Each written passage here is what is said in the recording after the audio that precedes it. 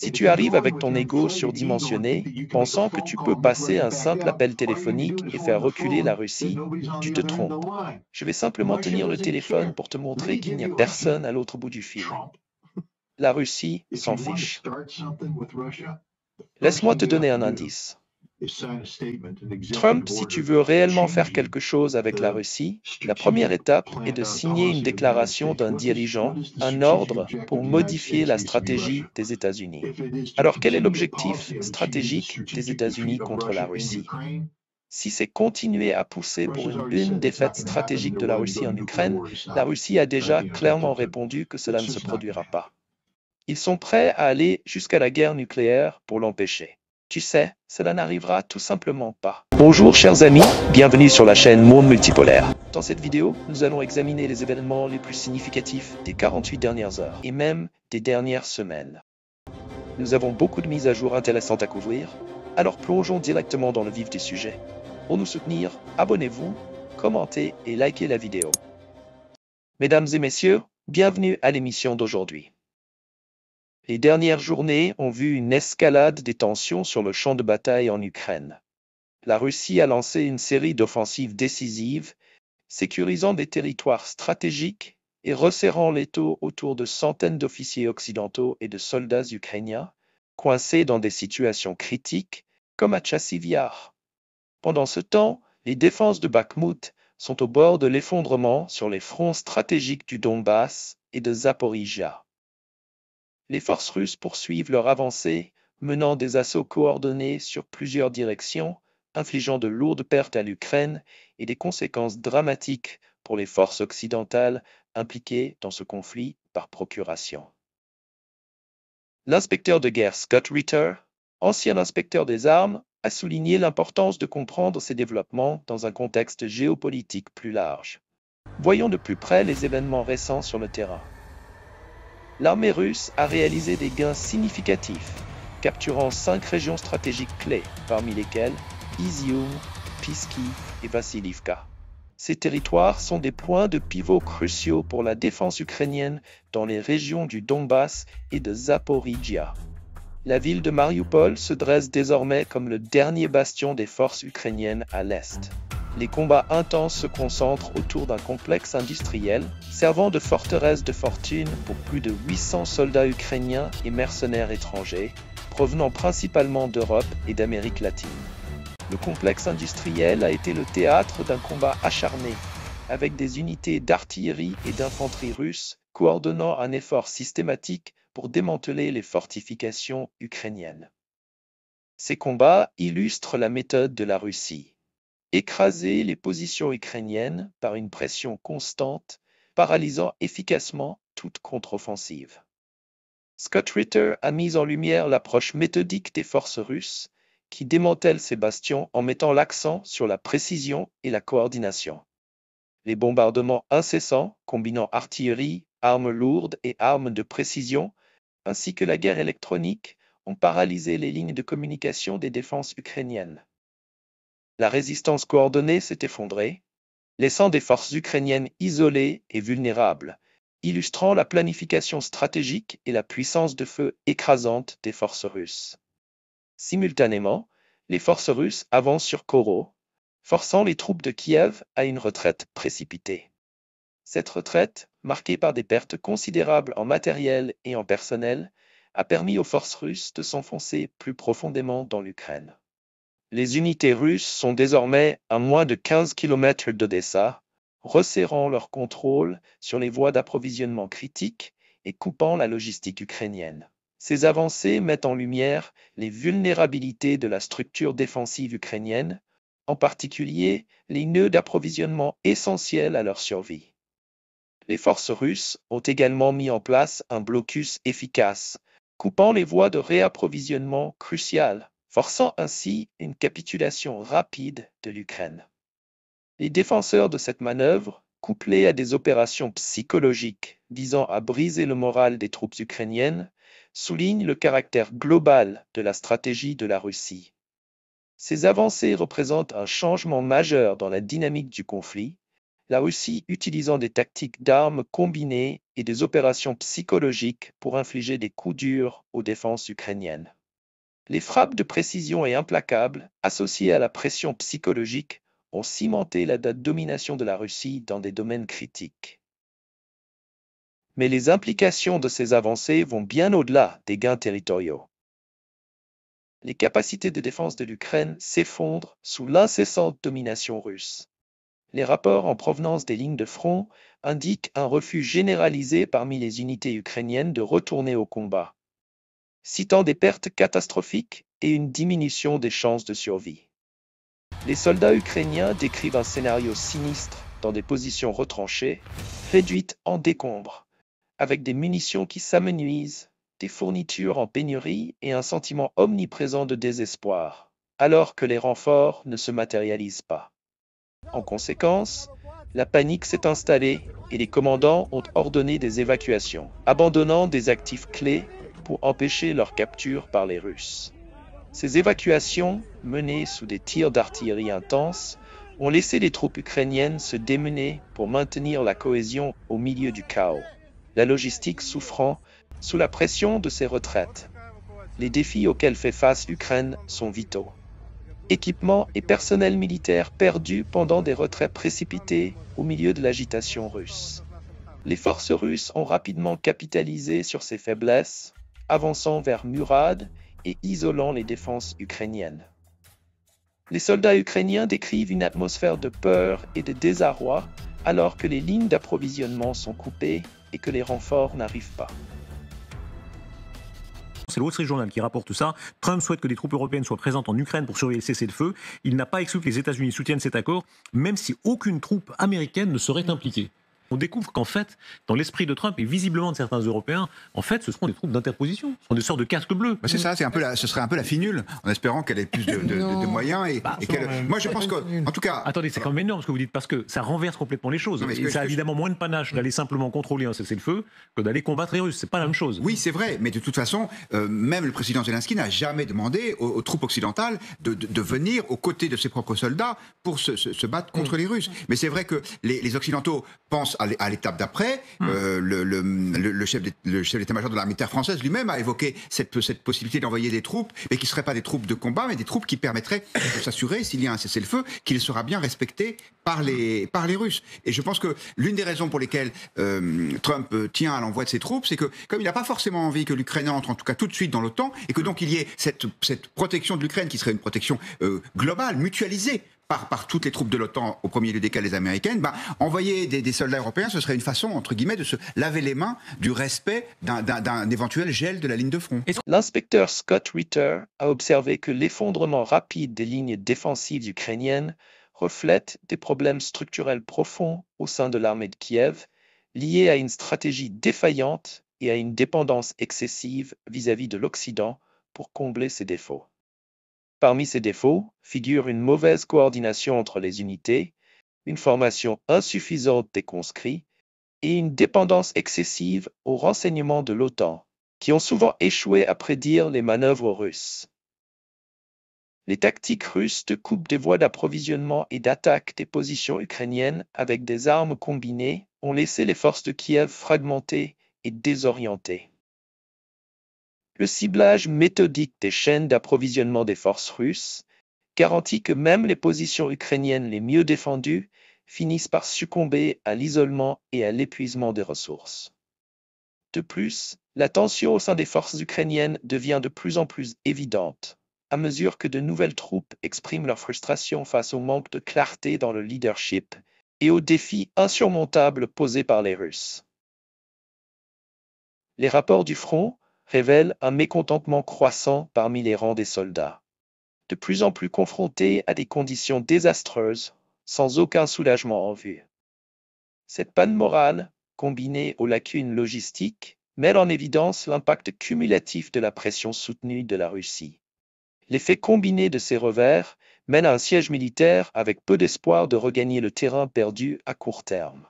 Cependant, le coup le plus dévastateur pour l'Ukraine ne viendra pas de ses propres rangs, mais de ses alliés occidentaux. La tragédie de Malaya Lok illustre les conséquences désastreuses pour les mercenaires occidentaux impliqués dans ce conflit, soutenant l'Ukraine. La 63e brigade mécanisée a déployé 400 combattants occidentaux, issus de France, de Pologne et du Royaume-Uni, pour renforcer les flancs. Ces mercenaires, aguerris dans divers conflits mondiaux, se sont rapidement retrouvés dépassés par la puissance de feu écrasante et la précision tactique des forces russes. L'assaut russe s'est effectué par vagues, débutant par un barrage d'artillerie qui a brisé les lignes défensives. Des bombes thermobariques ont suivi, dévastant les retranchements et laissant les survivants sans couverture, sous l'œil implacable des drones russes équipés de systèmes de ciblage avancés. Ces derniers ont suivi et éliminé toute tentative de regroupement. La durée prolongée de ces opérations met en lumière l'efficacité du système intégré russe, qui a démantelé systématiquement la résistance à travers une pression incessante et particulièrement brutale, anéantissant des groupes défensifs entiers en quelques minutes. Cela souligne l'intensité des assauts russes. L'inspecteur Scott Ritter a qualifié cette opération d'exemple de la capacité de la Russie à mener une guerre combinée à un niveau de sophistication sans précédent. Malgré leur expérience de combat étendue, les mercenaires occidentaux n'ont pas pu contrer l'utilisation intégrée de l'artillerie, des drones et de la guerre électronique par la Russie. Leur formation et leur équipement avancé se sont avérés insuffisants face à la coordination et à l'avance technologique des forces russes. Et puis là, on en arrive à dire on va trouver une troupe d'interposition pour geler un front. Alors, on ne sait pas de quoi on parle aujourd'hui. Ah bah si, eux, on a de savoir très bien. Mais c'est le ministre de la Défense italien qui dit ça. Donald Tusk, à la conférence de presse avec Macron vendredi, a dit pour le moment, il n'y a rien de concret ne se discute. Pour le moment, ça reste des idées. Imaginez des troupes européennes en Ukraine. Ça veut dire quoi? Sous quel commandement? Est-ce que ce serait des troupes de l'ONU? Alors là, ce ne sera pas que les troupes européennes. Et puis l'ONU, malheureusement, elle a un petit peu perdu sa réputation dernièrement. Est-ce que ce sera des troupes de l'OSCE? Absolument hors de question pour les Ukrainiens. Ce serait un Minsk 3. En plus, la Russie fait partie de l'OSCE, c'est pas possible. Est-ce que ce seront des troupes de l'OTAN? Non, parce que les Américains ne veulent pas en faire partie. Donc, est-ce que on va donc qu'est-ce que ça va être? Sous quel commandement? Quelle mission? Est-ce qu'ils auront le droit de se défendre ou pas, de défendre les Ukrainiens ou pas? Donc, pour le moment, on est vraiment on n'est même pas encore en train de prendre un papier et un crayon, de mettre des choses par écrit. C'est du blabla pour le moment. Regardez cette séquence. À quel point est-ce que ce sera risqué? On se souviendra ce qu'étaient les troupes d'interposition, notamment en Yougoslavie. Vous avez pu observer ça de très près. Oui. Regardez cette séquence. On est à la région de Donetsk, donc c'est une des régions où potentiellement des soldats français et autres pourraient servir d'interposition.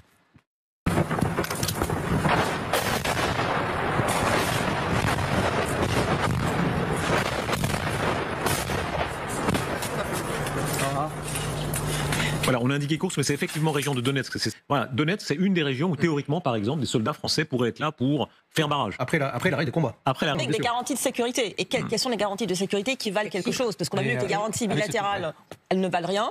Donc on en est encore très loin, mais en même temps, parce que je suis très pessimiste et vous peut-être sentez que je n'y crois pas trop, en même temps j'y crois parce que je pense que quand on sera le dos au mur, c'est possible que si jamais il y a vraiment une force de maintien de paix européenne en Ukraine, ça pourrait être vraiment la naissance d'une défense européenne. On en est loin, mais on a aussi vu que quand il faut agir vite et quand il faut faire des choses, c'est possible. Donc tout est ouvert, les cartes ne sont même pas sur la table, elles sont encore en l'air en ce moment. Voilà. D'abord, il ne faut pas que ce soit une mission de l'ONU, ça c'est clair, il ne faut pas que ce soit des casques bleus, autant rien mettre. Voilà. Et puis ça fera moins de victimes stupides pour le coup. Et vous avez toujours été très laudatif au sujet de des missions de paix de l'ONU. J'ai vécu personnellement, non, c'est une catastrophe. Bien sûr, ça ne sert strictement à rien. Mais en revanche, oui, par contre, il faut mettre des unités de combat.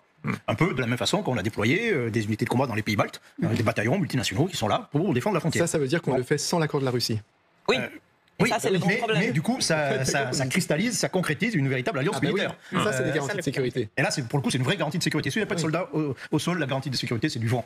Dans un virage choquant, les forces ukrainiennes ont abandonné ces mercenaires qui se sont retrouvés à se retirer sans avertissement, laissant leurs homologues occidentaux derrière eux.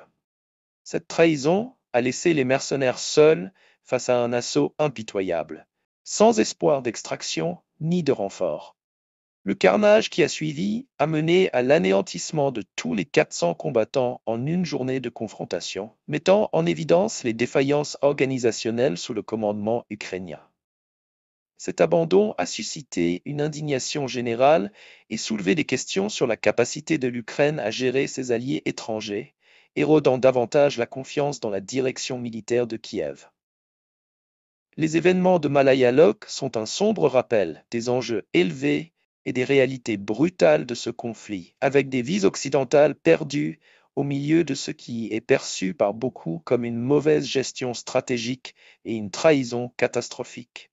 Cela souligne les défis plus vastes auxquels l'Ukraine fait face, alors qu'elle lutte pour maintenir la cohésion et la coopération entre ses forces alliées au sol.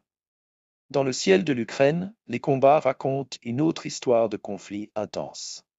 Les flancs russes dominent les cieux, surpassant l'Ukraine avec ses nouveaux F-16. Ces avions de chasse avancés, loin d'être de simples merveilles technologiques, témoignent également de la priorisation stratégique de la Russie pour maintenir sa supériorité aérienne. La portée étendue du Su-35 permet des opérations loin de la base, offrant une couverture aérienne persistante sur des champs de bataille où chaque minute compte. Avec une vitesse de pointe de 2500 km/h, le Su-35 peut réagir rapidement à toute menace émergente, maintenant un niveau de flexibilité opérationnelle que les forces ukrainiennes peinent à égaler. Équipé de systèmes avioniques et de capteurs avancés, le Su-35 excelle dans la sensibilisation situationnelle, permettant aux pilotes russes d'identifier et d'engager plusieurs cibles simultanément.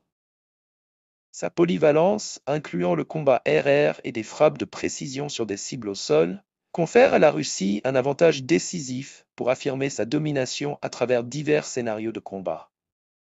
En revanche, la dépendance de l'Ukraine à des pilotes insuffisamment formés, ainsi que la précipitation dans le déploiement des F-16, a révélé d'importantes faiblesses.